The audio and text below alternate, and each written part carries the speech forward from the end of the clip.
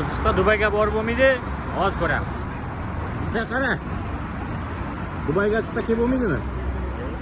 Dubayda salqin payt bo'ladimi o'zi? Hozir hamma sharoit bor turistlar uchun bu yerda. Har muzeyga kirsang ham, metroga kirsang ham, gastinisaga kirsang ham hamma joyda konditsioner ishlab turibdi. Agar Issiqda sezmaysan qara. issiqni sevsa, agar issiqni qo'rqadiganlar bo'lsa, kuni bilan uxlasin, tuni bilan aylansin. 24 soat aylansa bo'ladi Dubayda.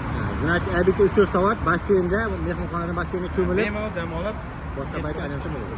Do'stlar, hayotda ideal narsani o'zi yo'q. Xohlagan joyda liboy narsani o'zini plus minuslari bor, ya'ni salbiy tomoni va ijobiy tomoni bor. Lekin hamisha yaxshi tomonini ko'rishga harakat qiling. Faqat kamchiligini qidiraversangiz, salbiy tomonini ko'raversangiz va negativ bo'laversangiz, hayotingiz ham xuddi shunaqangi negativlarga to'lib ketadi va hayotingizda o'zingiz ma'noingizni yo'qotib qo'yasiz, ya'ni qiziqish qolmaydi. O'shaning uchun faqat yaxshi tomonini ko'rishni bilish kerak, yaxshi niyat qilish kerak va havas bilan yashash kerak.